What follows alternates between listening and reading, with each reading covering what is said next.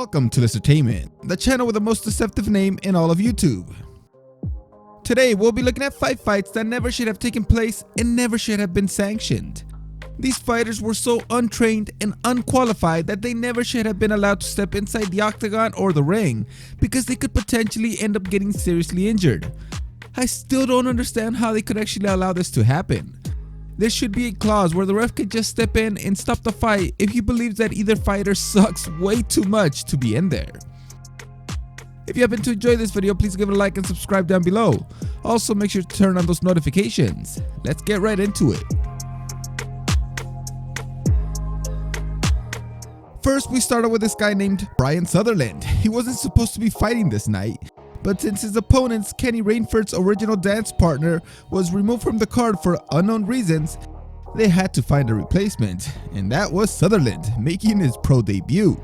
Making his pro debut, Brian Sutherland from Shelby, North Carolina, in the blue trunks. And Brian Sutherland knows nothing about boxing. He comes to this, and you can see the way he's throwing his punches, no form at all. On the inside, Brian Sutherland.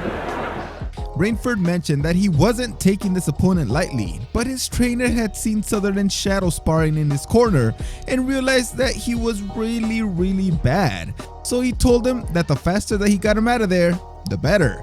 Bouts in Great Britain. Turned pro with a third-round knockout over Aaron Nance last November and gets the right hand, and that's what he did, getting him out of there in only 56 seconds. I have never before seen an orthodox boxer try to jab with his right hand, but hey, this guy does a lot of weird things, like moving both of his hands forward to try and block the punches while throwing his head all the way back. Then we end with this incredibly delayed knockout punch. Looks just like a cartoon.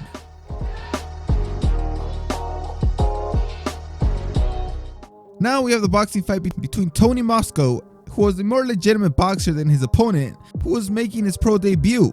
His name was Jimmy the Birdman Smith. I think that you can pretty much tell just by looking at him that he did not belong inside that boxing ring. His pro debut here at the Sun Dome a month ago. It was a successful one. Not long on defense, but he has a lot of power. Well, from what Jimmy Smith looks like at the beginning of this fight, I think him and Ben Smith may be a pretty good matchup. What do you think? I mean, look at this guy.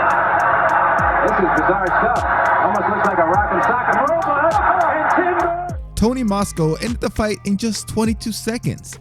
This fight was televised, and this guy fighting like an old-timey boxer was allowed to be in the ring. I have no idea what's up with all that hand movement. Is he trying to distract his opponent? Or maybe it's like baseball players who have a certain motion with a bat while they're in the box waiting for the pitch. I don't even know what to think anymore. If this guy is allowed to be in the ring, then anybody can become a pro. Then he throws some wild punches that come from way outside. One hard right hand and it's done time. This is a video that you have previously seen in one of my other videos, but I just have to include it again in case you haven't seen it. This is the fight between Katie Castro, who was referred to as a soccer mom, and Ilima McFarlane. Ilima was making her debut while Katie had fought 3 previous times and lost every single one. This fight was not actually sanctioned by California as it took part on an Indian reservation.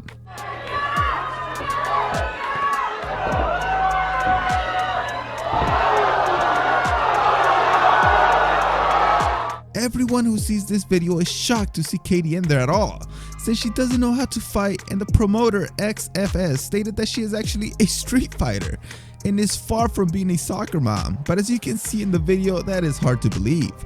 What kind of fighter turns their head away from their opponent? Maybe she's hoping that they won't be able to hit her if she can't see them. Katie just bullnoses her way trying to get close to her opponent. To do what? I'm not sure, but that's what it seemed like to me until she got hit with a big right hand that put her down. And then she got punched again because the ref didn't go in there fast enough. So this is the fight that inspired this list, and it just happened last month. Miranda Atkins was a late replacement in this fight against Saniesa Estrada. Atkins had only fought 5 times, winning them all by knockout, but she was fighting Estrada, who was the WBC silver light flyweight champion with a record of 18 wins and no losses. Should end this quickly. Atkins reluctant to come out of her corner. Aiden left a 1, 2, 3, 4. This fight was over in only 7 seconds, with only 7 punches thrown from Estrada knocking out Atkins. Just looking at this fight from the very start, you could see that Atkins was already scared, almost just waiting for the champ to come straight to her, which she did, showing her incredible hand speed. Atkins didn't even throw a single punch. I'm actually really impressed with Estrada's incredible speed, with power behind them too. There was huge criticism towards De La Hoya Promotions, DAZN, and California for allowing this fight to go on, as the mismatch was obvious. This fight, which is being beamed to Mexico, should probably